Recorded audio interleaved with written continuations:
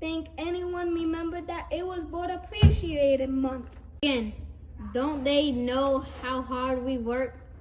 We don't even get paid to do this.